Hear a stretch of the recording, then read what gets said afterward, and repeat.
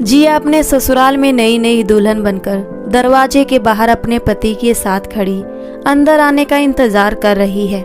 घर में चारों तरफ खुशियों का माहौल है।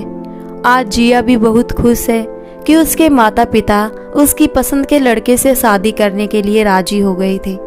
जिया और रमेश एक ही कॉलेज में साथ पढ़ते थे। बड़ी मुश्किल से जिया ने अपने माता पिता को इस शादी के लिए राजी किया था। हालांकि लड़के में कोई कमी नहीं थी, बस जिया के माता पिता को एक ही चीज़ पसंद नहीं आती थी कि जिया का ससुराल बहुत ही छोटा है। उसके परिवार में सिर्फ सास ससुर ही है। उनका एक बेटा है रमेश, जबकि जिया के मायके में तो भरा पूरा परिवार है। 2 चाचा है, चाची है, एक ताऊ ताई है, 2 बुआ है, भरा पूरा परिवार है। 18 से 20 लोगों का जिया का संयुक्त परिवार है। जिया हमेशा से संयुक्त परिवार में ही रही है। जिया के पिता को लगता था कि हम अपनी बेटी के लिए भी एक ऐसा ही संयुक्त परिवार ढूंढेंगे जहां उसको मायके की कभी कोई कमी महसूस ना हो, उसे ऐसा ना लगे कि घर में कोई बात करने के लिए नहीं है। लेकिन जैसे तैसे माँ के समझाने पर जिया के पिताजी शादी करने के लिए तैयार हो जाते हैं। और आज जब शादी करने के बाद जिया अपने ससुराल की दहलीज पर बहू बनकर खड़ी है तो उसकी खुशियों का तो ठिकाना ही नहीं है। उसकी सासू माँ सरला जी एक बड़ा सा थाल लेकर कहती है, आज तो मैं अपनी बहू की आरती उतारूंगी। आज मेरे इकलौते बेटे की शादी हुई है, मेरी बहू घर में आई है। खुशियों के मारे सरला जी फूली नहीं समा रही है। दरवाजे पर खड़ी अपनी बहू की आरती उतारती है, शीशे में चेहरा देखती है। उसके बाद जिया का गृह प्रवेश होता है। शादी के 1-2 दिन में ही घर के सारे रिश्तेदार अपने अपने घर के लिए निकल गए। अब घर में सिर्फ जिया के सास ससुर और उसका पति ही है। जिया कहती है, रमेश, सभी लोग इतनी जल्दी क्यों चले गए? शादी में तो बहुत दिनों तक रुकते हैं, फिर आपके इधर कोई क्यों नहीं रुका? मेरी अभी घर पर मम्मी से बात हुई थी। मेरे इधर तो मेरी दोनों बुआ, फूफा जी, उनके बच्चे, मौसी, सभी लोग रुके हुए हैं और मेरा इंतजार कर रहे हैं। जब तक मैं पग फेरे के लिए उनसे मिलने नहीं जाऊंगी तब तक कोई भी नहीं जाएगा।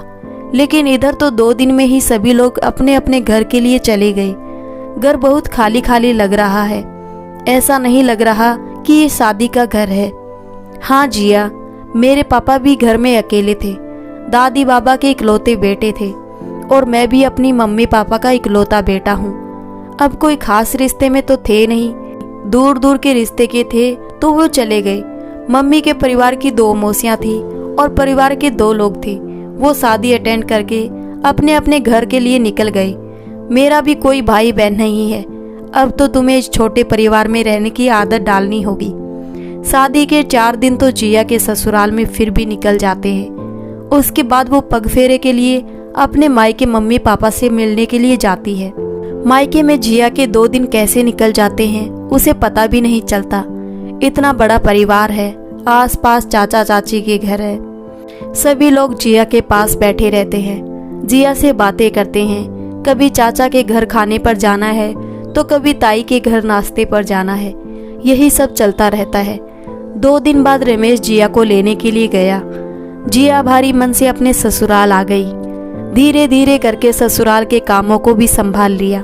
जिया के आने के दूसरे दिन ही सरला जी सुबह सुबह जिया के दरवाजे पे खड़े होकर चिल्लाते हुए कहती है, अरे जिया, तुम अभी तक नहीं उठी हो?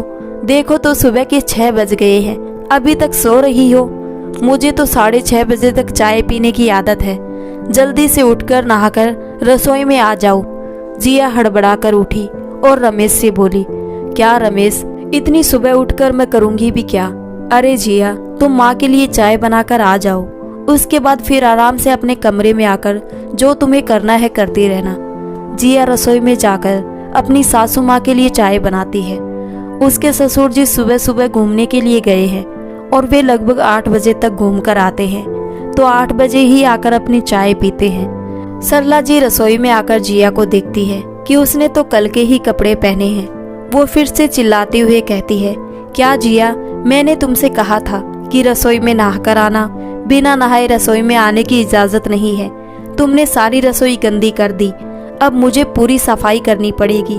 सासू माँ के गुस्से को देखकर जिया डर जाती है और कहती है, माँ जी, मेरे नहाने या ना नहाने से रसोई कैसे गंदी हो जाएगी?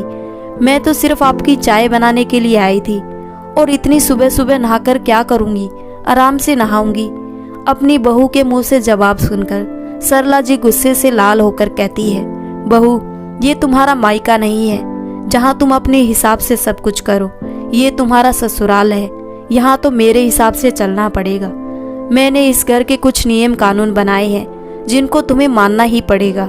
अब तुम जाकर नहा लो, और आइंदा से ध्यान रखना कि रसोई में बिना नहाए प्रवेश नहीं करना। ससुराल में नई नई आई जिया अपनी सास के गुस्से को देखकर डर जाती है। कमरे में आकर रमेश से कुछ कहती, लेकिन रमेश तो अभी तक चादर तानकर सो रहा था। जिया चुपचाप से नहाने के लिए चली गई। नहाकर आई तो फिर उसने अपने लिए, ससुर जी के लिए और रमेश के लिए चाय बनाई। उसके बाद खाने की तैयारी करने लगी। खाने में जिया ने फ्रिज से आलू गोभी की सब्जी निकाल कर बना दी और साथ ही तुअर की दाल बना दी।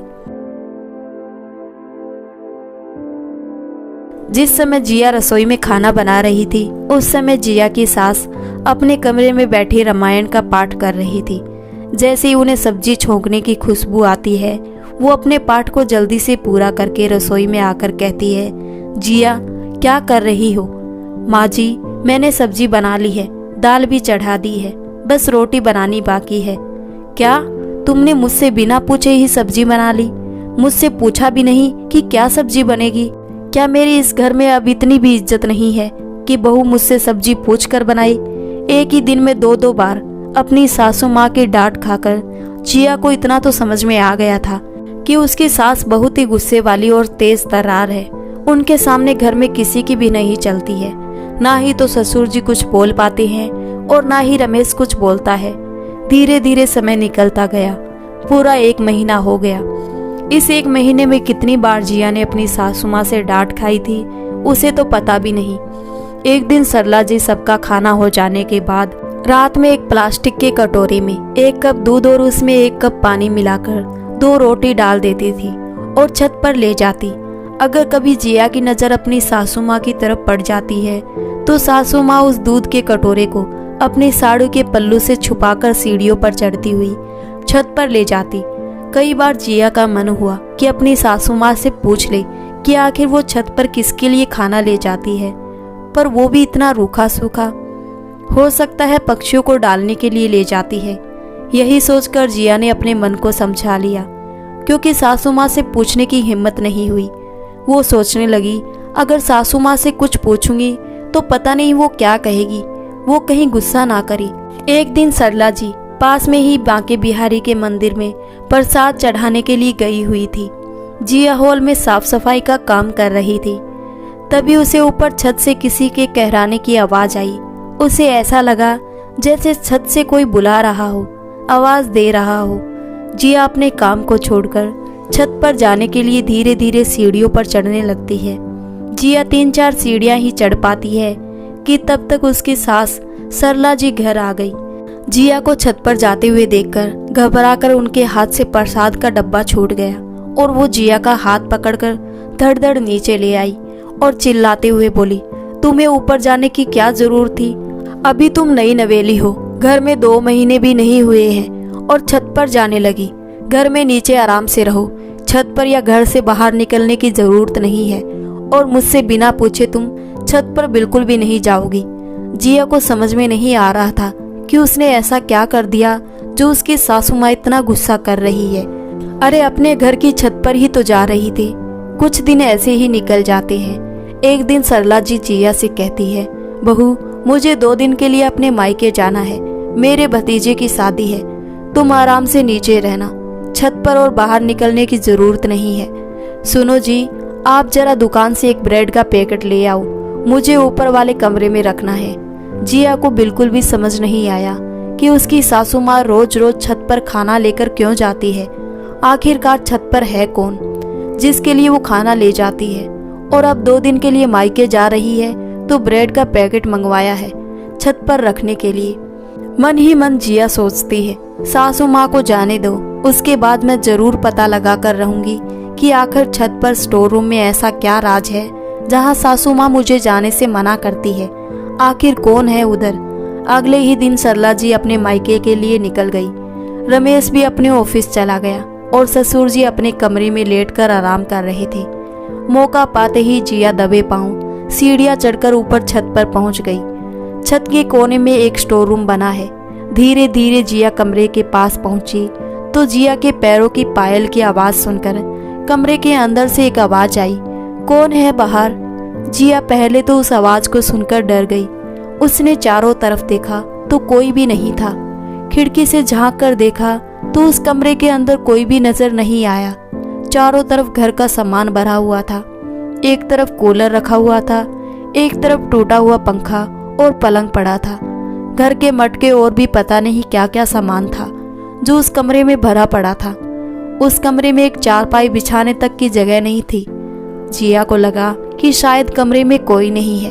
वो वापस जाने लगी, तभी पीछे से गेट खटखटाने की आवाज आई। जिया मुड़कर वापस कमरे की तरफ गई। धीरे से कमरे का दरवाजा खोला, जिसकी कुंडी बाहर से ही बंद थी। कमरे का नजारा देखकर जिया की आंखें फटी की फटी रह गई। उस स्टोर रूम के एक कोने में फटी सी दरी बिछी हुई है। उस दरी पर एक कंबल रखा है। दरी के एक कोने में दुबले पतले काया के दादाजी बैठे हुए हैं, जिनको देखने से लग रहा है कि वो कम से कम 80 बरस के तो होंगे ही। पेट चिपक कर हाथों से मिल गया है। हाथों पर ऐसे लग रहा है कि एक चमड़ी की परत चढ़ा दी हो, बाकी हड्डियां ही हड्डियां दिख रही है। दादाजी का शरीर कांप रहा है। जिया को देखकर वो दादाजी भी डर जाते हैं। जिया हिम्मत करके पूछती है, आप कौन हो और इस कमरे में ऊपर बंद क्यों हो? पहले तो दादाजी कुछ नहीं बोलते हैं, सिर्फ अपने हाथों से इशारा करते हैं, तुम जाओ इस कमरे से और कमरे को बंद कर दो। जिया इतना तो समझ जाती है कि उसकी सासू माँ जो दूध रोटी पानी में मिलाकर लाती थी, वो शायद इन्हीं के लिए लाती थी।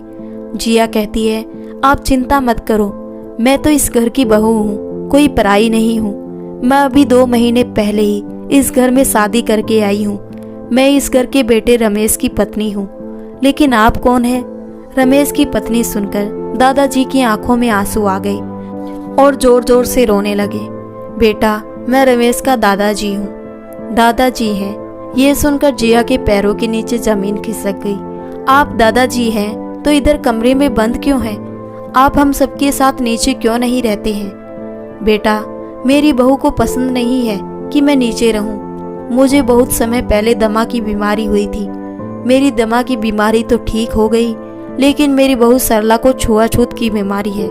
उसने मुझे ऊपर छत पर स्टोर रूम दे दिया कि तुम अब इधर ही रहोगे। तुम्हें दमा की बीमारी है, नीचे खांस खांस कर बीमारियां फैलाओगे और हम सबको भी बीमार कर दोगे। बहू ने मुझे स्टोर रूम में डाल दिया। मेरा खाना भी ऊपर छत पर ही दे जाती है। मैं पूरे 6 महीने से नीचे नहीं गया हूँ। बहू मुझे भरपेट खाना भी नहीं देती है। मैंने अपनी बहू के आगे कितनी बार हाथ पैर जोड़े कि बहू मुझे नीचे ले चल। मेरा तो इधर एक छोटे से कमरे में दम घुटता है, लेकिन बहू सुनती ही नहीं है। अगर ज़्यादा कुछ कहूँ तो मुझे थप्पड़ भी मार देती है। अपनी सास के ऐसे कारनामे सुनकर जिया की आंखों में आंसू आ गए कि उसकी सास अपने बूढ़े ससुर के साथ ऐसा भी कर सकती है। दादाजी, पापा जी और रमेश माँ से कुछ नहीं कहते हैं। बहू, उन दोनों की तो कुछ भी चलती नहीं है। दोनों को तुम्हारी सास ने अच्छे से डांट रखा है कि अगर कोई भी उनसे जाकर मिलेगा तो मुझसे बुरा कोई नहीं होगा। एक बार मेरा बेटा मुझसे मिलने आया था तो तुम्हारी सास ने घर में बहुत कलह किया था और तो और अपने मायके चली गई थी। इसीलिए सरला के डर से कोई मुझसे मिलने नहीं आता। मैं तो भगवान से कितनी बार विनती कर चुका हूँ कि मुझे अब इस दुनिया से उठा ले। मुझे नहीं जीना अब, मुझसे ऐसी जिंदगी नहीं जी जाती। लेकिन क्या करें, भगवान है कि सुनते ही नहीं है। संयुक्त परिवार में रहने वाली जिया को दादाजी की ये हालत झकझोर कर रख देती है। वो मन ही मन सोच लेती है कि वो दादाजी को नीचे सबके साथ रहने के लिए लेकर आएगी। कुछ ना कुछ ऐसा करेगी जिससे सब मान जाए और साथ ही साथ अपनी सास को भी सबक सिखा कर रहेगी, जो उन्होंने इतने दिनों से दादाजी के साथ किया है। जाते जाते जिया दादाजी से एक सवाल और पूछती है, मेरी शादी के समय कितने सारे मेहमान आए थे, तो आपने उनमें से किसी से कुछ नहीं कहा कि आपकी बहू आपके साथ इस तरह व्यवहार करती है? बेटा, शादी के समय तो तुम्हारी सास ने मुझे सरकारी अस्पताल में 4 दिनों के लिए भर्ती कर दिया था और घर में सबको ये बोल दिया था कि उनको सांस लेने में बहुत दिक्कत हो रही थी, इसीलिए डॉक्टर ने भर्ती किया है। जिया नीचे से अपने दादाजी के लिए कुछ अच्छा सा खाने के लिए लाई, अपने हाथों से उनको खाना खिलाया। दादाजी के हाथ अपने आप ही जिया के सर पर आशीर्वाद देने के लिए बढ़ गए। खुश रहो बेटा, खूब तरक्की करो। जब तक सरला जी घर पर नहीं आई तब तक जिया ने अपने दादाजी की खूब देखभाल की और उनको भरपेट खाना खिलाया। 2 दिन बाद सरला जी अपने मायके से आ गई। शादी की भागदौड़ की वजह से सरला जी की तबीयत खराब हो गई थी। उन्हें सर्दी जुकाम हो गया। घर पर बहू से कहा कि काढ़ा बना दो। काढ़ा पीने के बाद तो उनकी खांसी एकदम से सूख गई और ऐसे खांसती थी कि वो खांस खांस कर परेशान हो जाती थी। अपनी सासू माँ की ऐसी खांसी देखकर जिया शाम के समय अपनी सासू माँ के कमरे में गई और उनको उसी प्लास्टिक के कटोरे में 1 कप दूध और 2 रोटी और उसमें 1 कप पानी डालकर ले गई। पास ही में ससुर जी भी बैठे थे। जिया जब अपनी सास के पास दूध रोटी लेकर गई और सरला जी ने देखा कि बहू तो उसी कटोरे में दूध रोटी लेकर आई है जिस कटोरे में वो अपने ससुर को खाना देती है। सरला जी अपने बहू पर चिल्लाते हुए कहती है, जिया तुम्हारी हिम्मत कैसे हुई इस प्लास्टिक के कटोरे में मुझे दूध रोटी देने की? क्या समझ रखा है मुझे? क्या मैं इंसान नहीं, कोई पालतू जानवर हूँ जो पानी दूध मिलाकर रोटी दे रही हो? जिया विनम्रता से कहती है, अरे माँ जी, आपकी तबीयत ठीक नहीं थी, आप इतना खांस रही थी। अगर घर के बर्तनों में आपको खाना दूंगी तो हम सबको भी बीमारी लग जाएगी। दरअसल इन 3 महीनों में अपनी सासू माँ की छुआछूत की बीमारी से जिया भी परेशान हो गई थी। इसीलिए अब उसने सासू माँ की तरकीब से ही उन्हें सबक सिखाने की सोची। अच्छा, मुझे क्या हुआ है? जरा सी खांसी हुई है उसमें ही तुम सब बीमार हो जाओगे? हाँ माँ जी, आपके खांसने से पूरे घर में वायरस फैल रहे हैं। मैं तो कहती हूँ आप ऊपर के कमरे में शिफ्ट हो जाइए, नीचे सबको बीमार ना कर दे। जिया की इतनी बातें सुनकर सरला जी अपने चारपाई से उठी और जिया को एक थप्पड़ मारने के लिए हाथ बढ़ाया ही था कि जिया ने अपनी सासू माँ का हाथ पकड़ लिया। सरला जी जिया की पकड़ से अपना हाथ छुड़ा नहीं पा रही थी। जिया कहती है, मम्मी जी, ये गलती दोबारा मत कर देना, आगे से सोच समझ कर बात करना। मेरे ऊपर हाथ उठाने की कोशिश तो बिल्कुल भी मत करना, वरना ये आपके लिए अच्छा नहीं होगा। पास में बैठे हुए जिया के ससुर जी को भी आज थोड़ी सी राहत मिल रही थी कि सरला को कोई जवाब देने वाला मिला, क्योंकि अभी तक तो वो अपनी पत्नी से बहुत डरते थे, या यूं कहे कि घर की शांति के लिए चुप रहते थे। जिया अपने ससुर और अपने पति रमेश से बात करती है और अपनी सासू माँ को ठीक करने के लिए एक प्लान बनाती है। उस प्लान के मुताबिक अगले दिन ही रमेश और जिया सरला जी से कहते हैं, माँ, अब मैं इस घर में नहीं रह सकता हूँ। आपकी तबीयत ठीक नहीं रहती है, मुझे डर लगता है कहीं मैं भी आपकी वजह से बीमार ना हो जाऊं। इसीलिए मैं और जिया इस घर को छोड़कर जा रहे हैं। आप इस घर में आराम से रहिए, हम इस घर में नहीं रह सकते। पीछे से जिया के ससुर जी भी कहते हैं, हाँ बेटा, हम भी तुम्हारे साथ चलेंगे। तुम्हारी सासू माँ की इतनी ज़्यादा तबीयत खराब है, मैं अगर उनके साथ कमरे में रहूँगा तो मैं भी बीमार पड़ जाऊँगा। तीनों लोग अपना अपना सामान पैक करके बाहर आंगन में रख लेते हैं। तभी जिया ऊपर छत पर अपने दादाजी को लेने के लिए चली गई। जिया को छत पर जाते हुए देखकर सरला जी उसको रोकने की कोशिश करती है, लेकिन वो नाकाम रही। जिया उधर दादाजी का हाथ पकड़कर नीचे ले आई। नीचे अपने ससुर को देखकर सरला जी दंग रह गई। उसे लगा कि उसकी बहू को तो उसकी सारी असलियत पता चल गई है कि मैं अपने ससुर के साथ क्या करती हूँ, इसीलिए वो मेरे साथ वही व्यवहार कर रही है जो मैंने अपने ससुर जी के साथ किया था। और सच में जिया अपने दादाजी, अपने पति और ससुर जी को लेकर कुछ दिनों के लिए मायके चली गई। 2 दिन बाद ही सरला जी का रोते गिड़गिड़ाते फोन आता है, बहू तुम वापस आ जाओ, मुझे अकेले इस घर में अच्छा नहीं लग रहा। अगर तुम सब इस घर से चले जाओगे तो मैं किसके सहारे रहूंगी। वो अपने पति को भी फोन करती है और कहती है, आप घर पर आ जाओ, आपके बिना अच्छा नहीं लगता, मैं कैसे रहूंगी तुम सबके बिना। क्यों सरला, आज तुम्हें अकेला अच्छा क्यों नहीं लग रहा?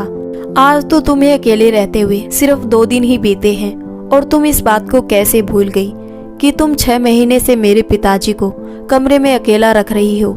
ना वो किसी से बात कर पाते हैं, ना किसी से मिल पाते हैं, ना ही उन्हें भरपेट खाना देती हो। तो उन्हें कैसा लगता होगा। जरा खुद सोच कर देखो, अगर तुम्हारे साथ भी तुम्हारी बहू ऐसा करे तो तुम्हें कैसा लगेगा। बहू भी दो टुक जवाब दे देती है, माँ जी मैं घर में तभी आऊँगी जब आप ऊपर वाले कमरे में शिफ्ट हो जाओगी, क्योंकि आपकी तबीयत ठीक नहीं रहती है और आपकी वजह से हम सब बीमार पड़ जाएंगे। ऊपर अकेले कमरे में रहने की बात से ही सरला जी डर जाती है। उन्हें अपनी गलती का एहसास हो गया कि उन्होंने अपने ससुर जी के साथ बहुत गलत व्यवहार किया। तबीयत ठीक होते ही भागी भागी बहू के मायके पहुंच गई। सबसे पहले वो अपने ससुर जी के पैरों में गिरकर माफ़ी मांगती है। मुझे माफ़ कर दो पिताजी, मुझसे बहुत बड़ी गलती हो गई। मैंने जो आपके साथ व्यवहार किया वो माफ़ी के लायक तो नहीं है, लेकिन अब आगे से ऐसी कोई गलती नहीं करूँगी। अब हम घर में सब लोग एक साथ रहेंगे, आप भी हमारे साथ नीचे ही कमरे में रहेंगे। अब हम आपको ऊपर नहीं रखेंगे, आप लोग हमारे साथ चलो। जिया भी यही चाहती थी कि उसकी सासू माँ दादाजी से अपनी गलती की माफ़ी मांगे। जब उसकी सासू माँ अपनी गलती की माफ़ी मांग लेती है, जिया को देखते ही सरला जी उसके पास आ जाती है, हाथ जोड़कर माफ़ी मांगने लगती है। जिया अपनी सासू माँ को गले लगाकर कहती है, माँ जी आपको मुझसे माफ़ी मांगने की कोई ज़रूरत नहीं है। आपको जिससे माफ़ी मांगनी थी मांग ली। मैं तो कभी अपने परिवार से अलग रहना ही नहीं चाहती थी, क्योंकि मैं तो हमेशा संयुक्त परिवार में रही हूँ और मेरे ससुराल में तो वैसे भी गिने चुने 5 लोग हैं। उसमें भी आपने दादाजी को ऊपर कमरे में इतने महीनों से बंद किया है, यही मुझे अच्छा नहीं लगा था। अब जब आपने अपनी गलती को स्वीकार कर ही लिया है तो फिर हम सब घर चलने के लिए तैयार हैं। अब जिया के दादाजी अपनी बैठक में आराम से रहने लगे। जिया सुबह सुबह गर्मा गर्म चाय नाश्ता अपने दादाजी को बैठक में ही पहुंचा देती है। कमरे में उनके लिए एक टीवी लगा दिया जिसमें वो देश दुनिया की खबरें सुनते रहते हैं। 4 लोगों को आते जाते देखते हैं। कुछ दिनों में ही जिया की सेवा से ही वो पूरी तरह से स्वस्थ हो गई और अपनी पोता बहू को भर भर कर आशीर्वाद देते हैं कि बेटा तू हमेशा खुश रहो। दोस्तों ये बात सच है कि अगर घर में बड़े बुजुर्ग बीमार हो जाते हैं तो इसका मतलब ये नहीं कि हम उन्हें अलग कमरे में डाल दें, उनसे बात ना करें, उनका खाना अलग कर दें। अरे बीमारी में तो उन्हें हमारी और भी ज़्यादा ज़रूरत होती है। उन्हें हमारे साथ की ज़रूरत होती है, हमसे बात करने की ज़रूरत होती है। अकेले में तो आदमी वैसे भी आधे से ज़्यादा बीमार हो जाता है। अपने बुजुर्गों का ख्याल रखें, उनके साथ थोड़ा सा समय निकाल कर बात करें। देखो उनको भी अच्छा लगेगा और आपको भी उनके साथ बैठकर कुछ ना कुछ सीख ज़रूर मिलेगी।